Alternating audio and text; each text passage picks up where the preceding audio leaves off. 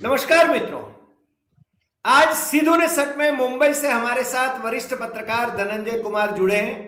बिहार चुनाव के बाद में आप बहुत लंबे अरसे के बाद हमारे साथ आज जुड़ रहे हैं और बिहार के बारे में आपने जो कहा था कि नीतीश कुमार मुख्यमंत्री बनेंगे और नीतीश कुमार ही मुख्यमंत्री बने, ये बात तो हमें आपको इसके बारे में बधाई देना चाहिए, क्योंकि आप ही थे जो आकलन कर रहे थे कि नीतीश कुमार किसी भी हालात में मुख्यमंत्री बनेंगे। हालांकि अमित शाह ये नहीं चाहते थे, तो अमित शाह को जबरन नीतीश कुमार को मुख्यमंत्री बनाना पड़ा। ये आप उस बारे में सही साबित हुए। आज बात हम करेंगे उत्तराखंड की। उत्तराखंड में अंकिता भंडारी प्रकरण, अंकिता भंडारी कांड, वो बहुत जोरों शोरों से, मेरे ख्याल से वो चर्चे में है। और आप आज धनंजय कुमार जी हमारे साथ उसके बारे में ही बात करेंगे। धनंजय जी, आपका सीधू ने सक में स्वागत है और आपसे अनुरोध है कि आप उत्तराखंड की घटना जो है और आजकल वहां पर जो माहौल है उसके बारे में हमारे दर्शकों को और हमें अवगत कराएं। धनंजय जी। नमस्कार। पहले तो आपको और आपके सत्यम एवं तथ्यम के दर्शकों को नमस्कार। देखिए, बिहार में जो मैंने कहा था वो आपने बतला ही दिया। मैं कोई बड़ा विश्लेषक नहीं हूँ। मैं अब ये जो काम है ये बेसिकली पूर्वानुमान लगाते हैं हम पत्रकार। और पूर्वानुमान का एक आधार होता है कि हम ऐसा क्यों कह रहे हैं। सही भी हो सकता है, नहीं भी हो सकता है, क्योंकि भविष्य के बारे में कोई नहीं कह सकता कि वो जो कह रहा है वो वही होगा। बहरहाल, उत्तराखंड में जो हालात हैं बेहद खराब है और ये आज नहीं हुए।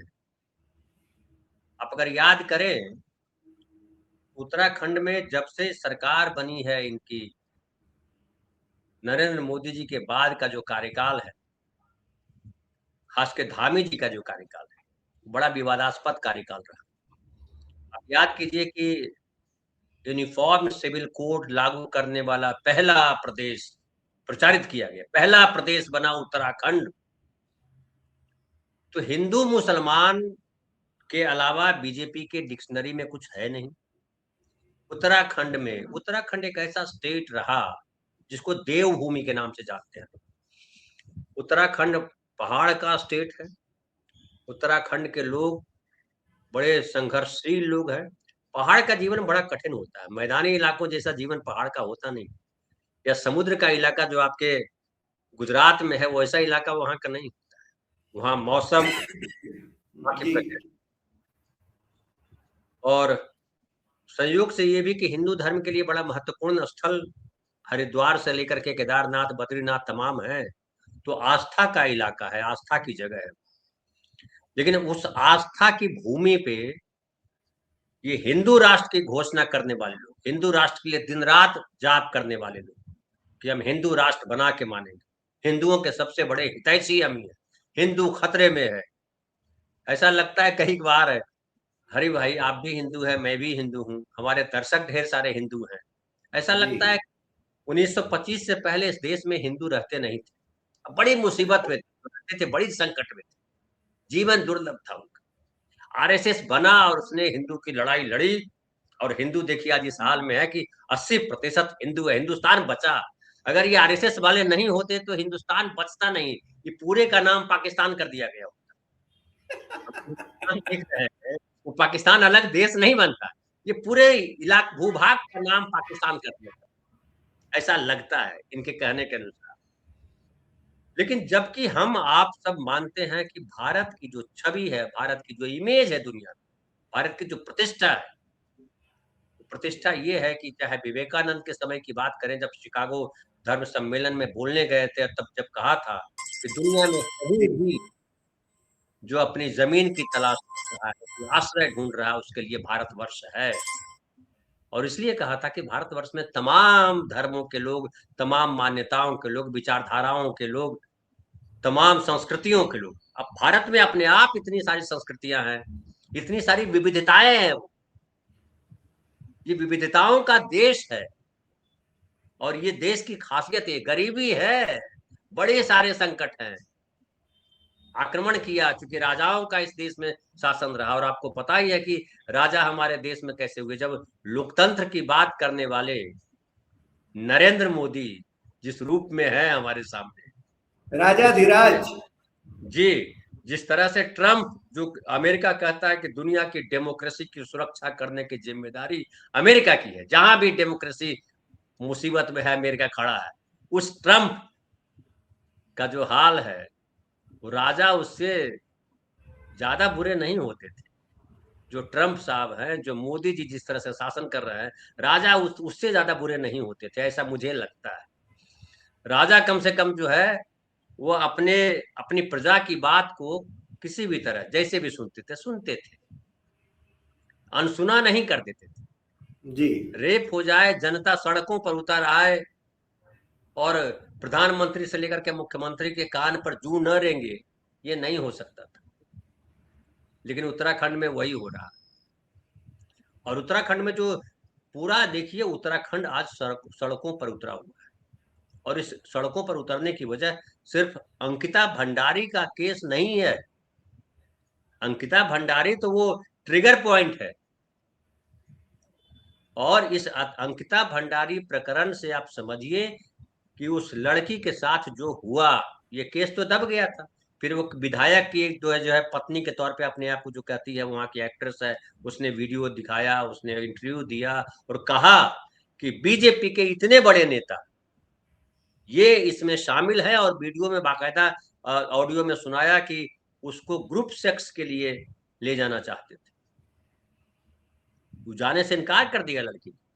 हमारे समाज के भारतवर्ष में मध्य वर्ग, जो निम्न मध्य वर्गीय परिवार है, उसके जीवन में उसके शरीर के अलावा कुछ नहीं है, उसके पास उस मूल्य के अलावा कुछ नहीं है।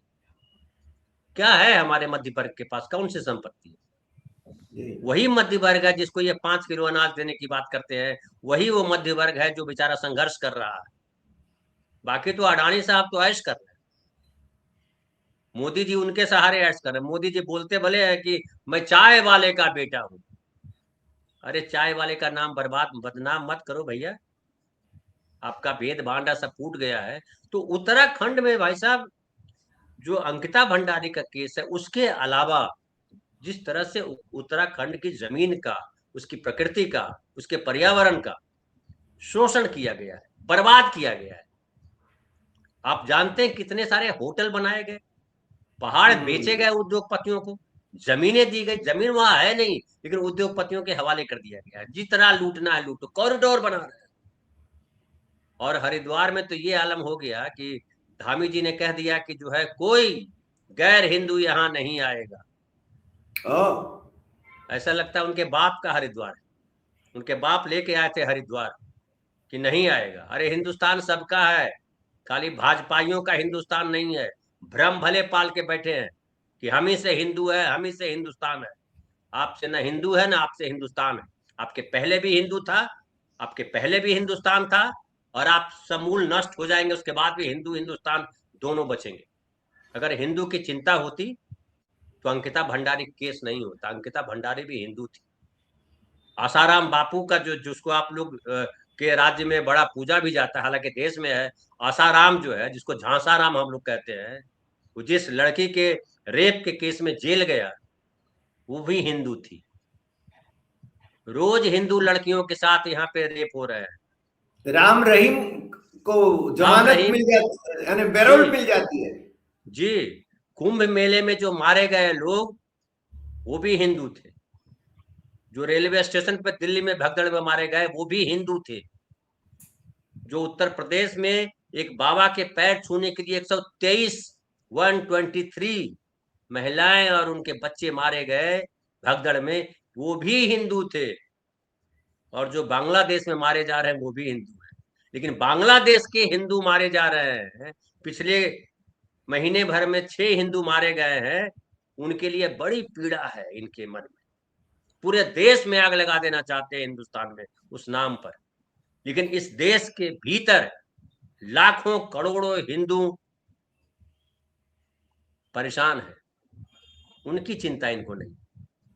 उनकी चिंता नहीं है कि महंगाई ने किस तरह से त्रस्त कर दिया हिंदुस्तान को। उनको चिंता नहीं है कि किस तरह से सारे सरकारी शिक्षण संस्थान, स्वास्थ्य व्यवस्था, पूरी पब्लिक सेक्टर कंपनियों का कैसे बेड़ा गर्क कर दिया गया है। और हिंदुस्तान जो है 85 करोड़ लोग 5 किलो अनाज पे आके खड़ा है, उसकी चिंता नहीं है। वो 5 करोड़ जो 85 करोड़ लोग हैं 5 किलो अनाज पे जो आश्रित है, उनका जीवन कैसे बेहतर हो, इसके लिए पिछले 11 साल में एक योजना बताइए जो इन्होंने लागू किया। मनरेगा जो मनरेगा जो काम का अधिकार सरकार ने दिया था, कांग्रेस सरकार ने, उसको इन्होंने छीन लिया। कहा कि काम का अधिकार तुम्हारे पास नहीं है, हमारी मर्जी है, हम ईश्वर हैं। गीता में कहा है ना कि मनुष्यों में राजा हूं मैं, तो मोदी जी राजा है, उन्होंने कहा मैं दूंगा। तो उत्तराखंड की जनता जो है अब इनके अत्याचार को बर्दाश्त करने को तैयार नहीं, क्योंकि उत्तराखंड में बाढ़ की समस्या, उत्तराखंड में पहाड़ों के धंसने और धसकने की समस्या बड़ी भारी हो गई। और उसकी वजह यह है कि पहाड़ों को तोड़ तोड़ करके वो डायनामाइट लगाते हैं, उससे तोड़ करके पहाड़ों को जो है वो घर बना रहे हैं, वो होटल बना रहे हैं, वो सड़कें बना रहे हैं। अब बताइए कि गुजरात की या मुंबई की सड़क और उत्तराखंड में सड़क एक जैसी होगी? ये समतल जमीन है और वो पहाड़ी जमीन है। जी आप उसको सबको एक एक लैक में करना चाहते हो, सबको एक तरह का क्यों बनाना चाहते हो? अगर आप सनातन धर्म कहिए, हिंदू धर्म करिए, वैदिक धर्म कहिए, ब्राह्मण, जो मन करता है कह दीजिए, उसमें बोध यही होता है, हिंदुओं की बात कर रहा है। हिंदू धर्म किसी एक विचारधारा का बंधक नहीं रहा कर। इसमें कबीर पंथी भी रहे, इसमें नाथ पंथी भी रहे, इसमें शैव भी रहे, शाक्त भी रहे, वैष्णव भी रहे, और भी न जाने कितने प्रकार के लोग रहते। नहीं भी मानने वाले, मैं नहीं मानता हूं भगवान को, बाढ़ में जाओ, किधर भगवान है, ऐसे लोग भी हैं। वो भी हैं जो भगवान को गले से लगाए हुए, भगवान तुम ही कुछ करोगे। तो हर किस्म के लोग हैं इस देश में, सबका देश है। मगर और ऐसी स्थिति धनंजय जी, उत्तराखंड में इस प्रकार की स्थिति है, आंदोलन के लिए लोग रास्ते पर हैं, मगर प्राइम मिनिस्टर के लाडले धामी को उन्हीं आंच नहीं आ रही है। नहीं, देखिए, आंच तो आनी है, और उस आंच में मोदी जी भी झुलस जाएंगे, ये लिख लीजिए आप।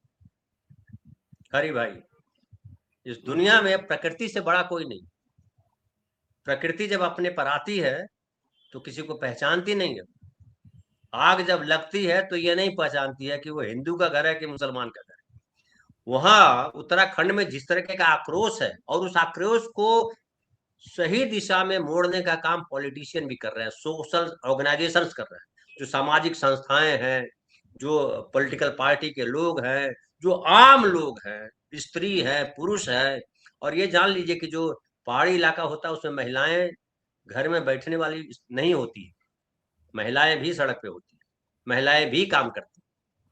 और उत्तराखंड की हालत तो ये है कि ज्यादातर पुरुष रोजगार की तलाश में पहाड़ी इलाके से उतर करके शहरी ग्रामीण इलाकों, ये क्या कहते हैं, मैदानी इलाकों में आ गए हैं, महानगरों में आ गए हैं।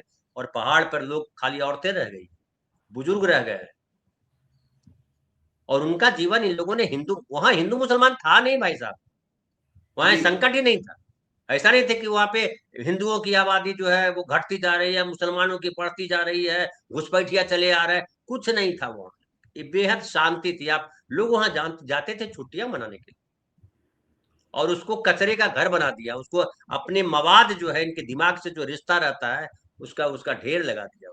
और इस बात से वहां के लोग नाराज, भारी नाराज है। और उनको अब समझ में आ रहा है कि ये हिंदू के नाम पर हमारी संस्कृति, हमारी प्रकृति, हमारा भविष्य सब कुछ बर्बाद करने के लिए आए हैं। ये बर्बाद कर रहे हैं, बर्बाद कर दिया है। तो अब वो बर्बाद नहीं करने देने की लड़ाई लड़ रहा है कि अब हम बर्बाद नहीं करने देंगे। और जान लीजिए 2027 में वहां चुनाव है। तो ये जो आक्रोश है, वो आक्रोश केवल अंकिता भंडारी केस के लेकर के नहीं है, वो आक्रोश तमाम चीजों को लेकर, खास करके तो जो उसकी तो उत्तराखंड क्या की पहचान कुछ से जो जुड़ा संकट है। जी धनंजय जी, तो क्या ये समझे कि आने वाले चुनाव को मद्देनजर रखते हुए वहां आंदोलन हो रहे हैं? नहीं, आने आने ये आने वाले चुनाव को लेकर के तो मोदी जी तैयारी करते हैं कि आने वाले चुनाव में कैसे करें। वहां के लोगों को चुनाव से मतलब नहीं, वहां के लोगों को न्याय से मतलब। वो क्या कह रहे हैं? वो कह रहे हैं कि अंकिता भंडारी के जो अपराधी हैं उनको उनको जो है जेल में बंद करो, फांसी दो, यही तो बोल रहे हैं। तो जिसका नाम है, जिसका नाम जाहिर हो गया है, सीबीआई जांच करने को तैयार नहीं है। सरकार ने दबाने के तमाम प्रयास किए हैं, लेकिन ये दबाने से दबने वाला नहीं। ये चुनाव तो दूसरा मैटर, पहला मैटर है न्याय की बात है। लेकिन अब सवाल उठता है कि वहां के लोग ये भी समझ रहे हैं कि जिस तरह का हाल सीबीआई का या जांच एजेंसियों का मोदी सरकार ने कर रखा है, जिस तरह का हाल न्यायपालिका का हुआ पड़ा है। अब कल ही जो फैसला आया था, आपने देखा ना, सर्जिल इमाम उमर खालिद वाले मसले पर। अरे भाई, किसी को 5 साल से जमानत नहीं दी है, ठीक है, वो यूएपीए लगा दिया, उसमें ऐसा है वैसा है। अरे चार्जशीट क्यों नहीं दायर हुआ 5 साल? कौन दायर एब्सोल्युटली, करेगा चार्जशीट? Chargesheet absolutely. कितने साल में दायर करोगे आप? कहाँ दिक्कत आ रही है? कौन चार्जशीट दायर करने में गड़बड़ी क्रिएट कर रहा है? सवाल किया कोर्ट ने? क्या कोर्ट को यह सवाल नहीं करना चाहिए कि भैया 5 साल हो गए यार, तुम कब दाखिल करोगे? एक टाइम फ्रेम तो दो। नहीं, आपने क्या कर दिया, 1 साल तक तुम जो है जमानत अर्जी नहीं डाल सकोगे। अरे ये कौन सा न्याय है भाई? वो तो जेल में आपने पकड़ के रखा हुआ है उसको 5 साल से। वो थोड़े आकर के बाहर घूम रहा है छुट्टा। आपके जो उत्तराखंड में जो अपराधी घूम रहे हैं, जिस तरह से देश में अपराधी घूम रहे हैं जिस तरीके से, उस तरह से तो नहीं चल रहा है। वो तो जेल में बंद किया हुआ है। वो ताकतवर लोग भी नहीं है। उसका बाप दौड़ रहा है कि मेरे बेटे की जमानत हो जाए, मां रो रही है बेटे की जमानत हो जाए। जी। यूथ है, उसका उसका 5 साल अपने ट्रायल में बर्बाद कर दिया, अभी आप कितना साल ले जाएंगे? कल को आप ही बोलेंगे कि 20 साल के बाद फैसला आएगा। देश में अनगिनत ऐसे फैसले आए सुप्रीम कोर्ट से, 25 साल के बाद फैसला आएगा। गवाह और सबूत इतने पर्याप्त नहीं है कि उनको सजा दी जाए, इसलिए हम उनको बरी करते हैं।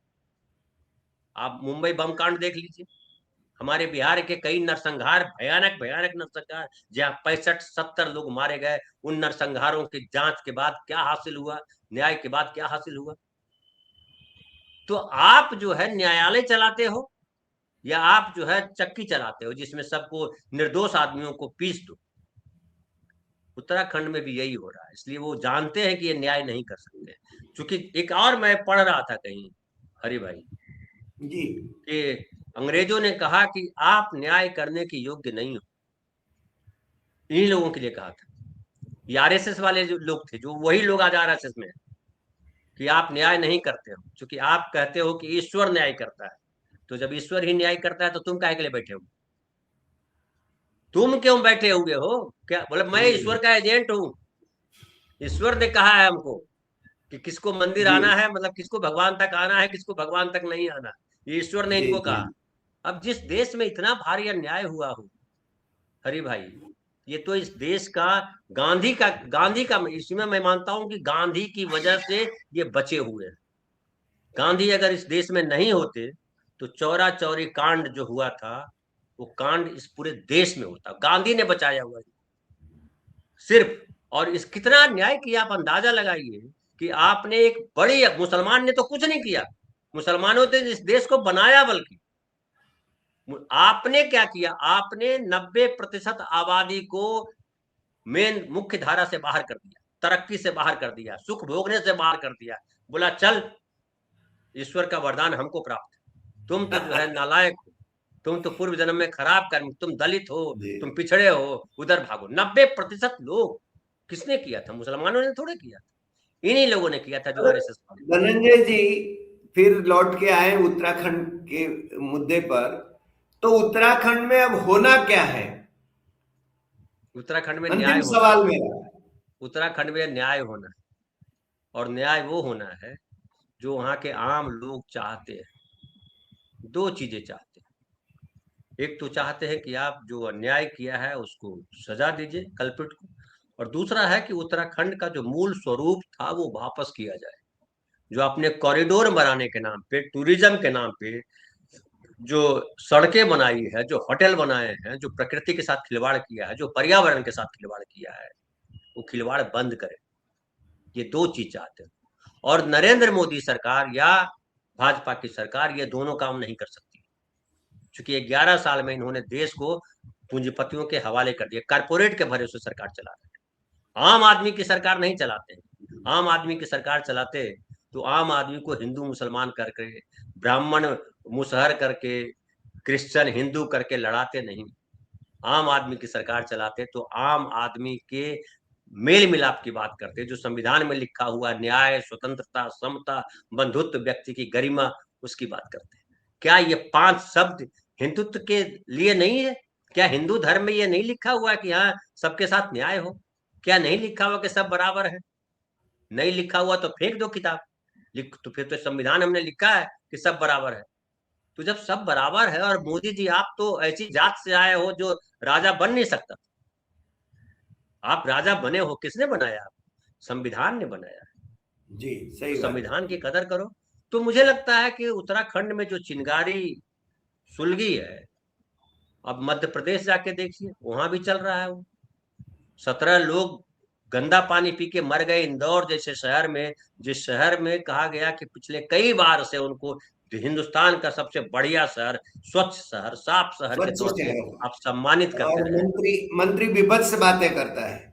और उस प्रदेश में, उस शहर में 17 आदमी मर जाते हैं गंदा पानी पी करके, और मंत्री बोलता है घंटा।